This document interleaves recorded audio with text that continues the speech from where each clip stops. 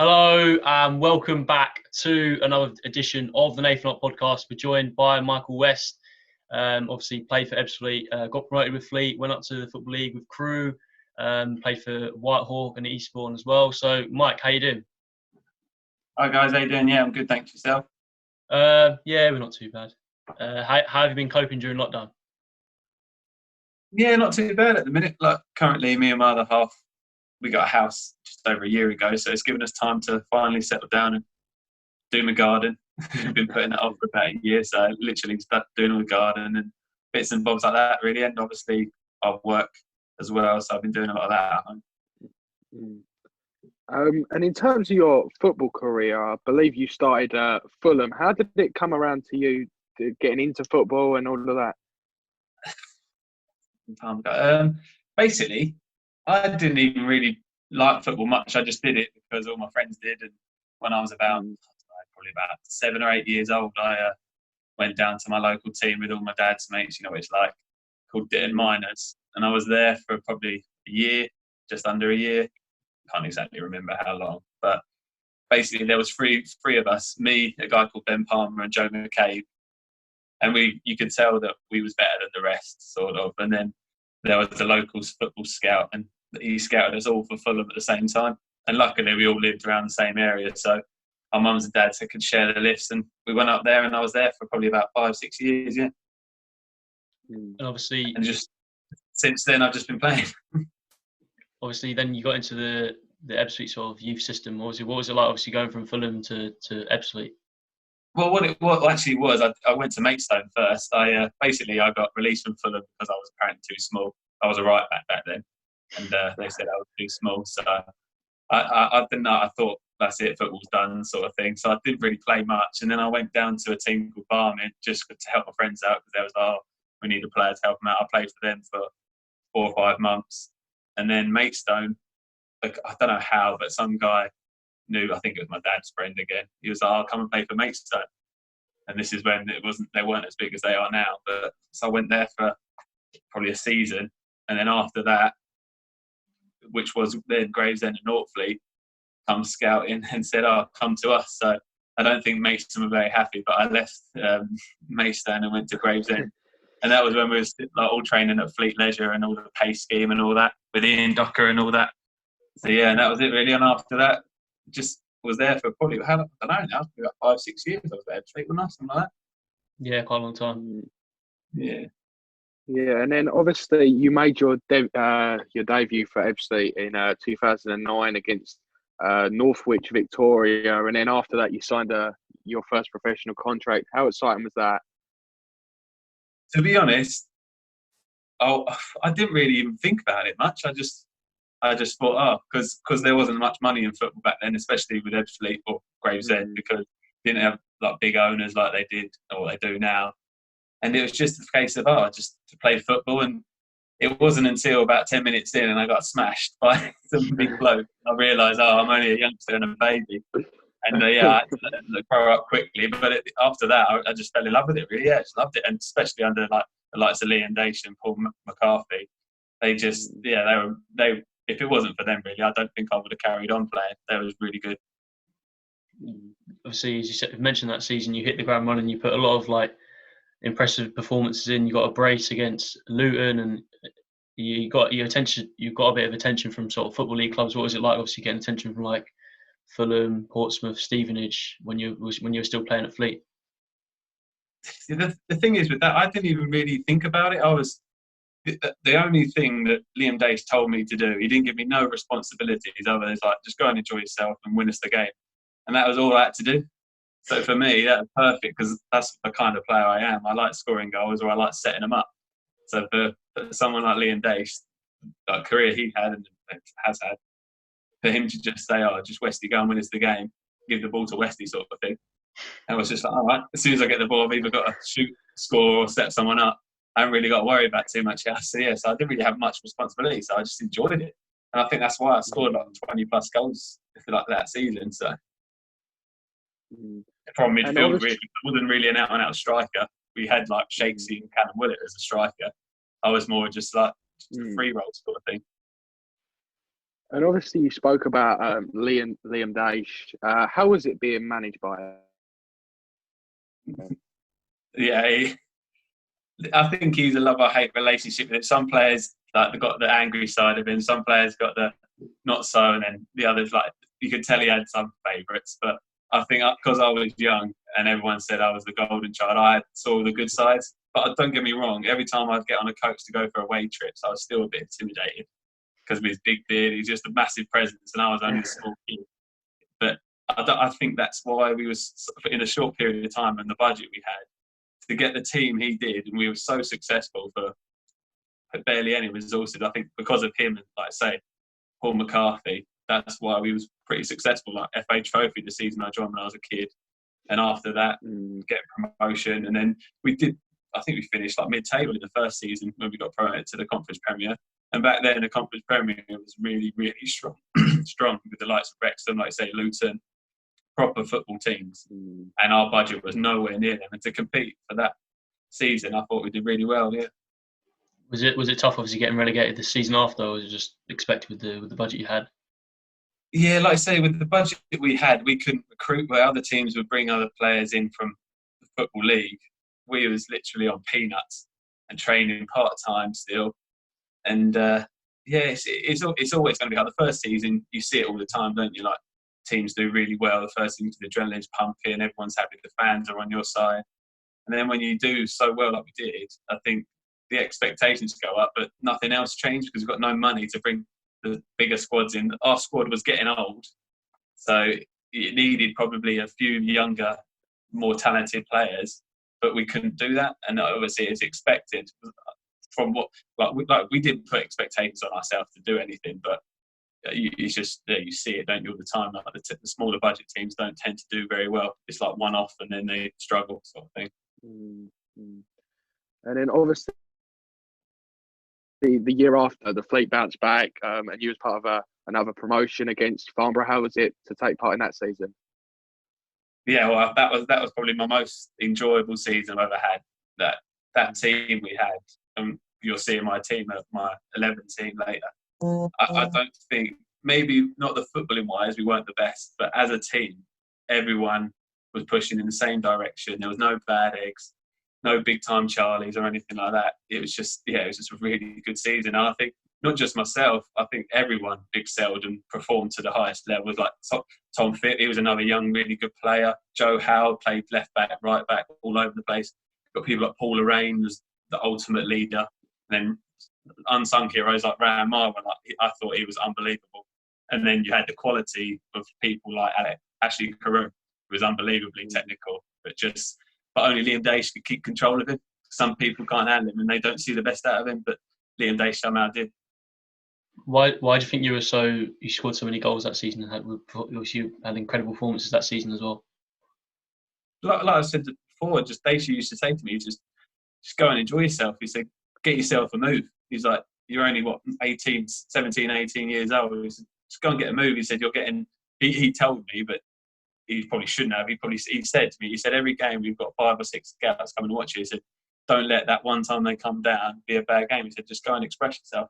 And that's probably why I did. But he did put pressure on me, which is a good thing. Some managers, what I've had over the years, they put a bit too much pressure on players and worry about the opposition. Daish didn't really worry about oppositions.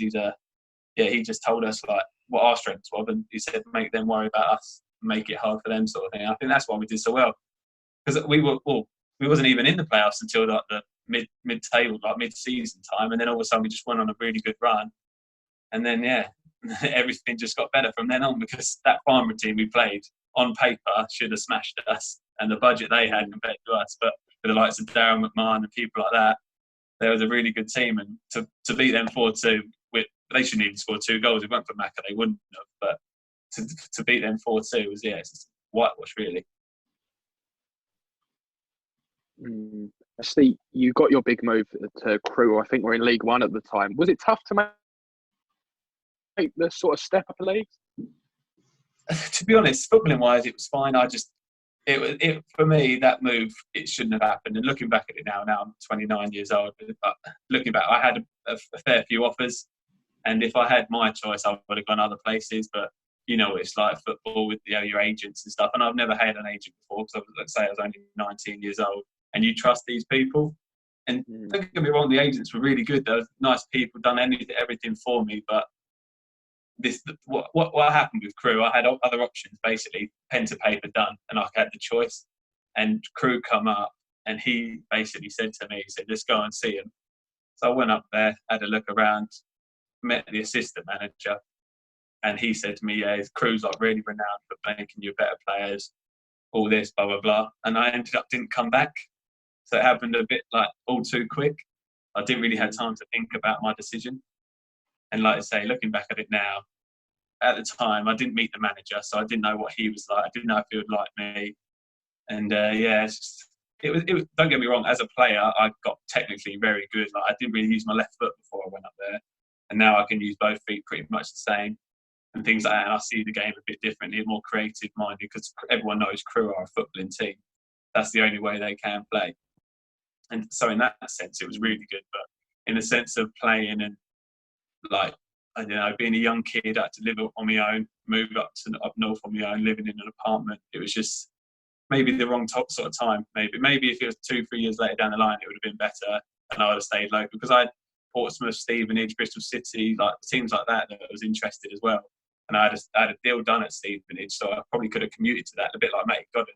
It would have been the same sort of thing. So maybe that would have been the better choice. But these things happen, and you just got to live with it, really. You had a few injuries at Crewe. Was obviously that tough. You know, obviously not getting the opportunities in League One because of that as well.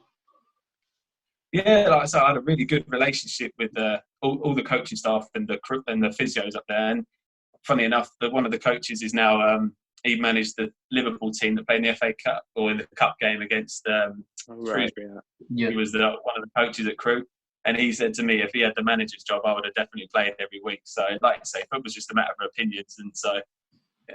And I just when your manager doesn't really see what like eye to eye with you, yeah, it's just these things happen. I guess that's just football. There's a lot of politics in football, isn't there? So. And then you returned to Ebbsfleet in 2014. Had the club changed a lot? Had the ambition of the club changed a lot since you'd gone? Everything had changed. It was like a totally different environment. The only thing that was the same was the pitch, which was still good. But to be honest, that first season, I only played 8 games, and then obviously I got my injury. But those first 8 games, Steve Brown was unbelievable. He was really good, and he made me enjoy football again. He literally gave me the role of, like, just go and win us the game. Like, we know what you can do. He's like, just go and enjoy yourself. And it was just, like, say, unfortunate. I got that injury, like 8 games in, I think it was, the way to Whitehawk on there.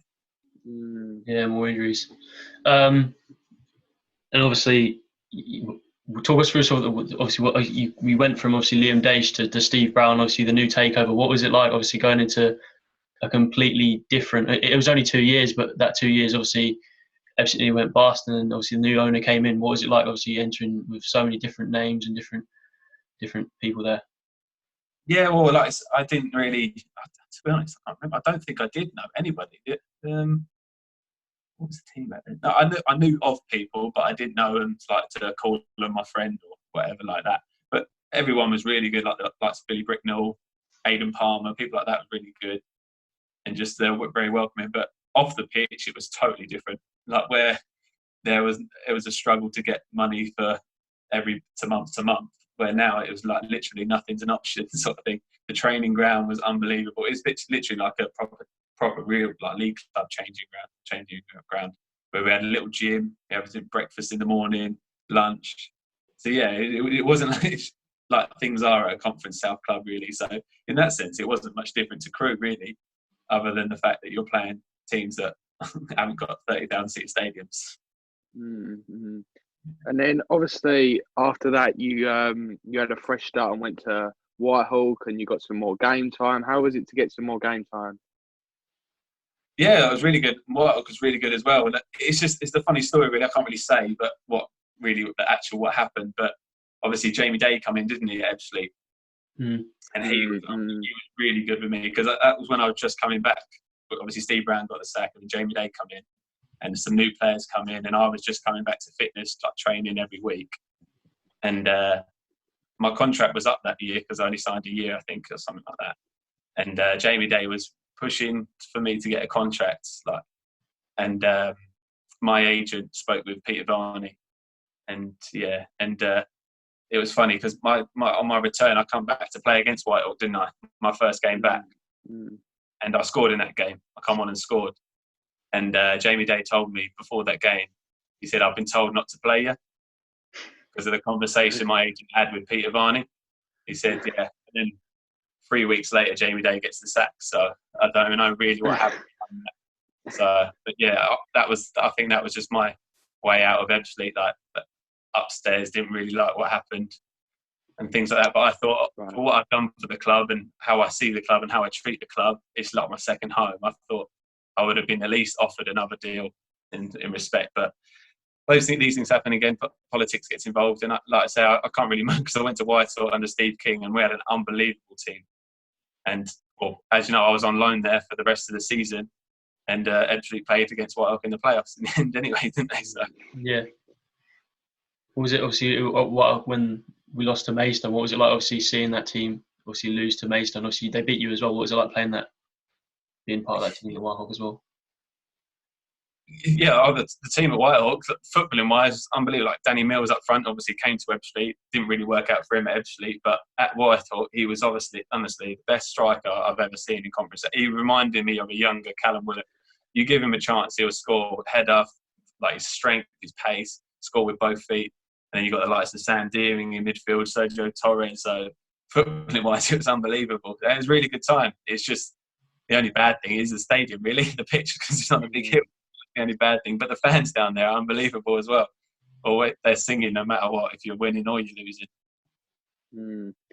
And then after that, you joined Chelmsford. Was that a good experience? Yeah, I really enjoyed it at Chelmsford. It's just like every manager's different. And again, Rod Stringer, he has his way. He's a bit like Liam Daish, who's a bit old school, a bit like rough and tumble, but he didn't have the footballing side of things, which we did with Daishy. But then again, there's the manager, Nick Haycock at Chelmsford, is really good. Like, done all training sessions, proper football guy. Like, worked for the Premier League and suited me to a T. But the thing was, Rod Stringer makes the decision. So, all we're doing training, we'll play football, really good football, like set up to how we're going to play in the game, and then maybe through the game, if it wasn't working for something or some other reason, Rod Stringer would change it to go a bit more direct, a bit more rough and tumble. And obviously, that's not my sort of football. But I'm a proper football player. Like, take one or two touch, flick it around the corner. Like, that's you see how I play. And sometimes it just doesn't work out. But to be honest, when I was back there last year, when we played them against Eastbourne, I slid into the stadium railings, like cut all my knee open. Rod Stringer was the first guy to ring me. He rang me straight away. He said, "I hope your injury's all right." Like, he's all right to go to hospital for stitches and stuff. And he was one of the first guys to ring me, and he's every other day was seeing how I was. And he said, "If you ever need anything." So yeah, he's a really top bloke. Obviously, the season after Chelmsford, you signed for Eastbourne, where you played this season as well. What have you made of those sort of 2 seasons at Eastbourne? Yeah. Again, like, I went into Eastbourne because a guy called Dean Lightwood, who's the goalkeeper coach down there. He's not there anymore, but he gave me a call. He said, "What you up to? Like, fancy coming down here?" Because I didn't know their manager at the time, which was Jamie Howe. And he said, "Yeah, come down, see what you like." So I went down in pre-season, met everyone, and the team. I knew some of the players there, like Kane Wills, obviously, that was at Ebbsfleet. Sergio Torres, I played with at Whitehawk, so I knew a few of the names.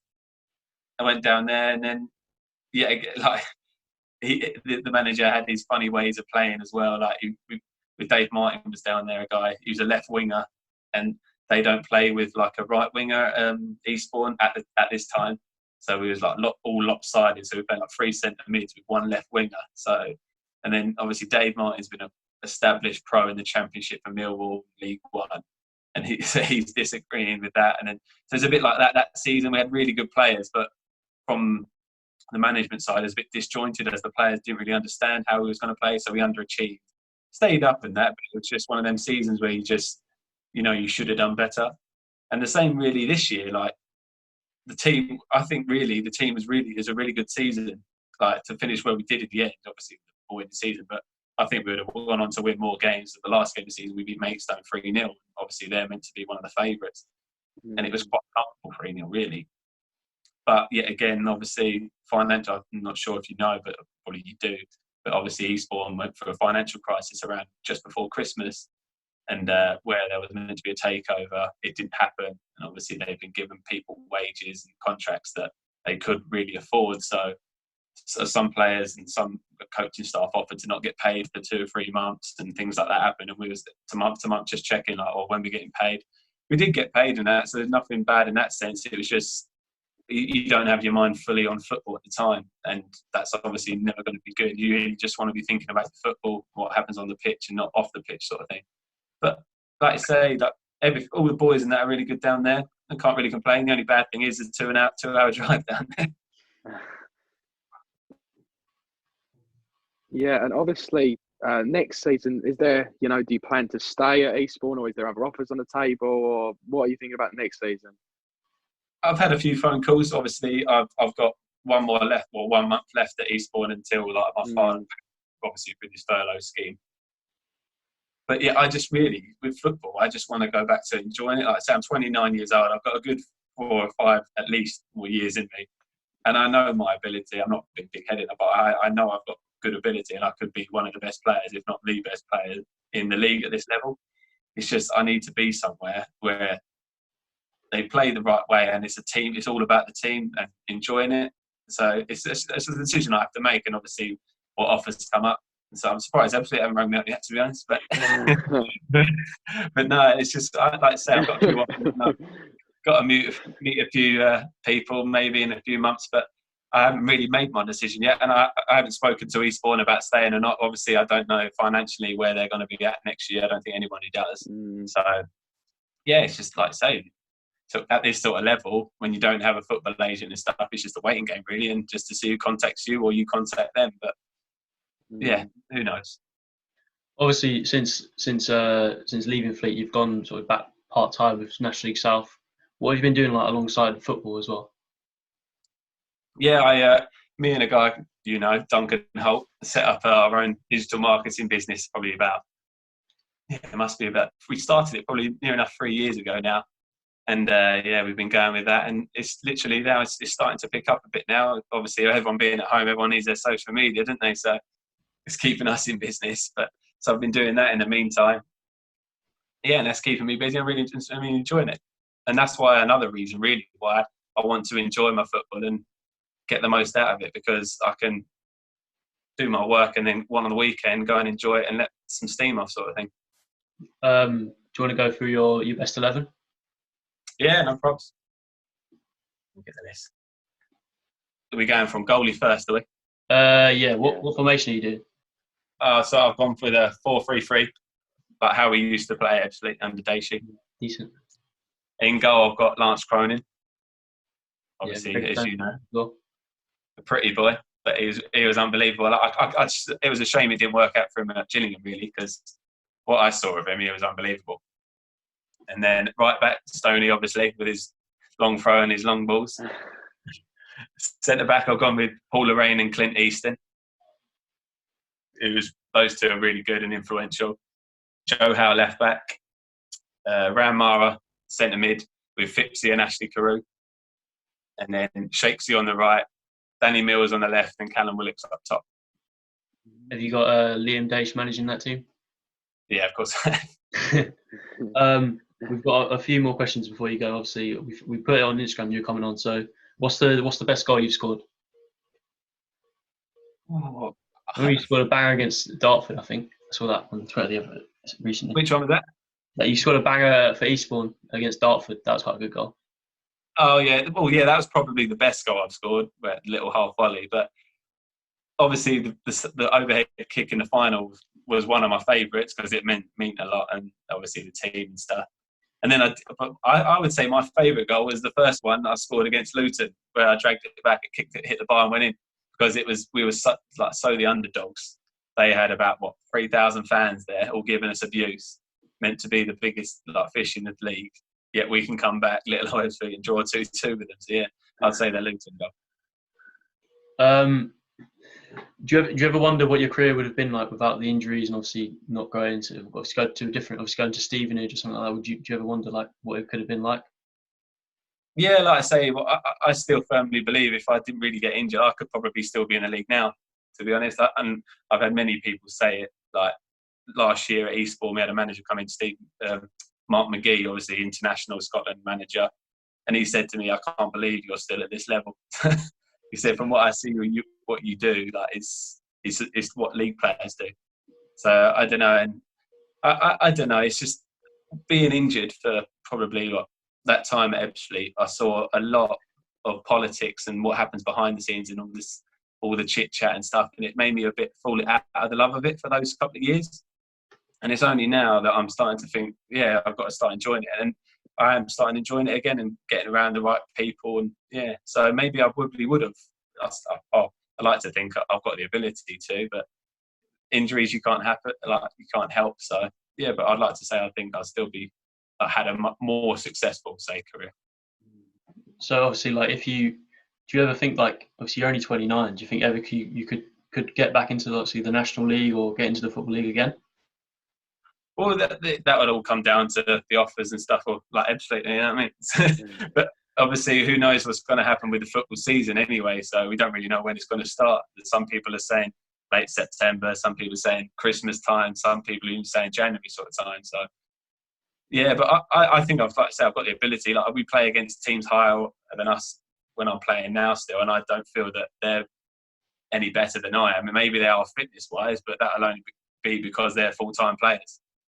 So, but the only thing with going full-time would be I have to work it around obviously my work, because ultimately you have to pay the bills first. So I couldn't really go full-time and earn less money because I wouldn't be able to afford to pay the mortgage sort of thing.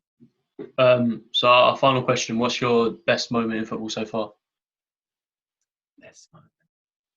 I'd have to say the promotion team, like getting promoted that day, because it was accumulation of great team spirit and great result. So yeah, I'd say the playoff final. Was that a good party after that game as well? To be honest, I don't know how old I was, but I didn't really go out clubbing or nothing at that time, so it wasn't much of a party. All I remember is we got the bus back to Stonebridge Road and had a little bit of a party in the bar. That's all I can remember, really. Oh, okay, fair enough. All right, cheers, Mike, for coming on. Obviously, we you really enjoyed your time at Fleet. Hopefully, you can maybe we'll let Kev know. We'll let him know you're available. Maybe get you moved back. Well, third time lucky, maybe. Yeah, right. Exactly, mate. All right, mate, boys. You take care of yourself. Stay safe. Yes. Yeah, thank you. No problem. See you later.